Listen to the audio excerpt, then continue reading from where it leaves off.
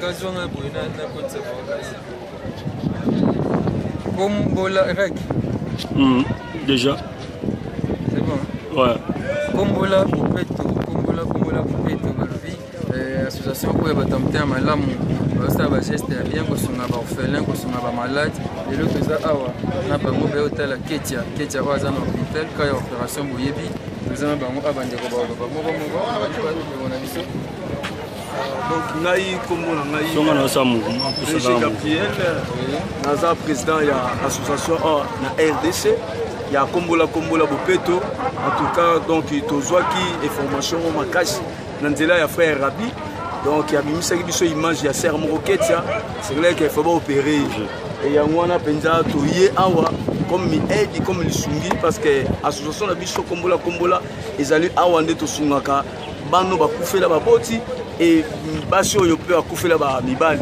Donc c'est ça, ils allaient mission à Bicho, au Nzambe, à Pessi Bicho, ou bien Vision. Pour aider Penza Batouana Makashi. Donc, mission de Toyaka, à part Nzambe Toyaka, pour te sa solution, Bisika, solution exacte, na Oetali, Mwambiloko, Mwambongo. Donc, comme contribution, la mission à Kombola, Yango Toye, les raisons pour lesquelles Yango Toye, l'hôpital Awa, Topé sa Oezali, Gesse na Bicho, ou bien les Sungi na Bicho, et Outi Nandela, ya Europe, Yango na Kuna Penza, donc, dans Topé sa moté. Na mamami na pesi mbote na Sœur Claudie et na pesi mbote na équipe mumba ya Kombola o eza na Europe. Donc eza pe na batu musu bazolo comme ndeko na ngai azali awa bakoloba moko na moko. En tout cas Zambe apambola biso et apambola équipe mumba même na Europe na tina makanisi oyo ya kosunga pena bato na moment passe. C'est ça. Mon nom est France Petit.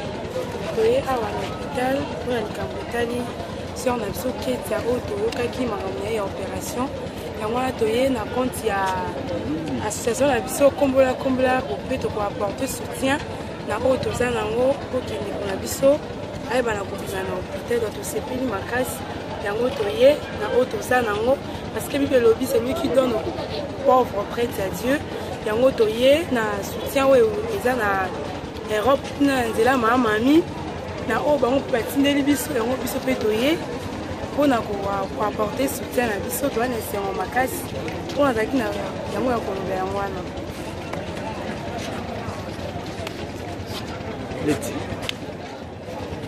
Merci beaucoup maman Manina bandeko nyonso o boza kuna na Europe ya association Kombola Bopeto Nzambe azongisa ya mingi na ba soutien na bino.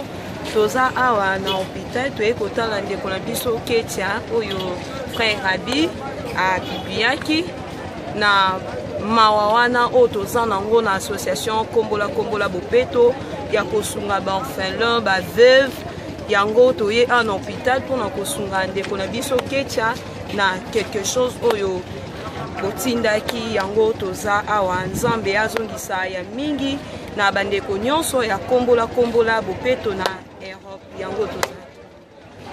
Voilà, merci beaucoup bandeko Kombola Bopeto depuis l'Europe. Voilà, quand maman na biso mami merci na geste mami bandeko nyonso yo Sœur Claudie on surtout ça la geste bien Kombola Bopeto yango na kini toujours en action très actif tozomona makambo bien.